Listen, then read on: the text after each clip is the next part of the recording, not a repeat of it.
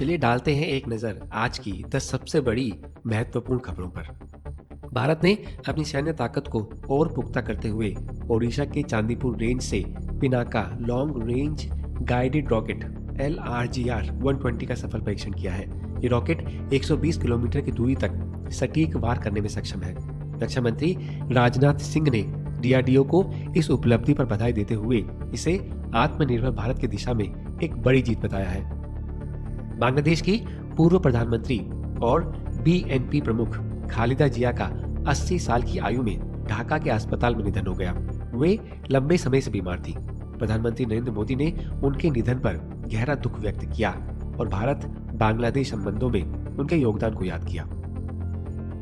विदेश मंत्री doctor S Jaishankar कल उनके अंतिम संस्कार में शामिल होने ढाका जाएंगे।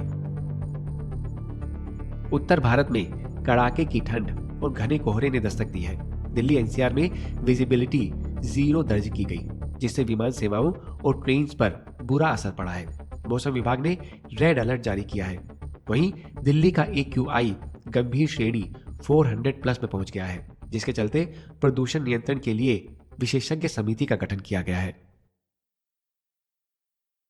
रक्षा अधिग्रहण परिषद DAC ने सशस्त्र बलों के लिए 79,000 करोड़ रुपए के पूंजीगत अधिग्रहण प्रस्तावों को मंजूरी दी है।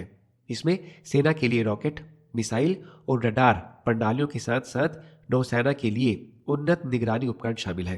यह कदम चीन और पाकिस्तान सीमा पर सुरक्षा को और मजबूत करेगा। CBSE ने 10वीं और 12वीं की 2026 की बोर्ड परीक्षाओं के टाइम टेबल में बदलाव की घोषणा की है। 3 मार्च को होने वाली परीक्षाएं अब नई तारीखों पर होंगी। 10वीं की परीक्षा अब 11 मार्च और 12वीं की परीक्षा 10 अप्रैल को आयोजित की जाएगी। छात्र आधिकारिक वेबसाइट पर नया स्केड्यूल देख सकते हैं। IT मंत्रालय ने सोशल मीडिया प्लेटफॉर्म्स के लिए नई एडवाइजरी जारी की है। इसमें ऑनलाइन अश्लीलता और आपत्तिजनक कंटेंट पर लगाम लगाने के सख्त निर्देश दिए गए हैं।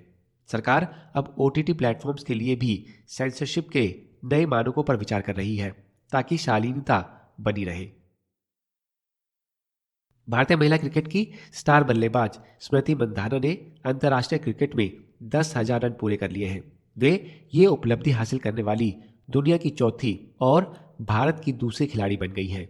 मिताली राज पहली खिलाड़ी हैं। श्रीलंका के खिलाफ T20 सीरीज के दौरान उन्होंने ये रिकॉर्ड बनाया। उत्तर प्रदेश चुनाव आयोग ने SIR कार्यक्रम की समय सीमा बढ़ा दी है। अब 6 जनवरी 2026 को ड्राफ्ट वोटर लिस्ट जारी की जाएगी। इसका उद्देश्य मतदाता सूची को अधिक सटीक और पारदर्शी बनाना है।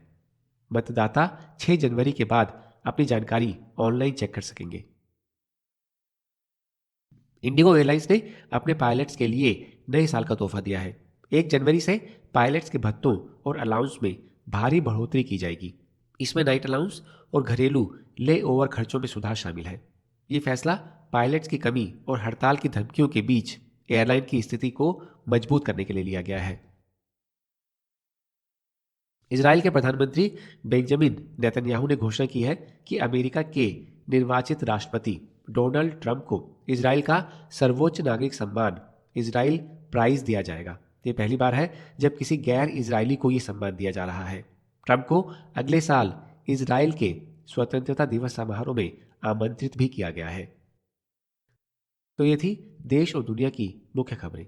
देश और दुनिया की अन्य तमाम खबरों के लिए हमारे साथ जुड़े रहिए। धन्यवाद।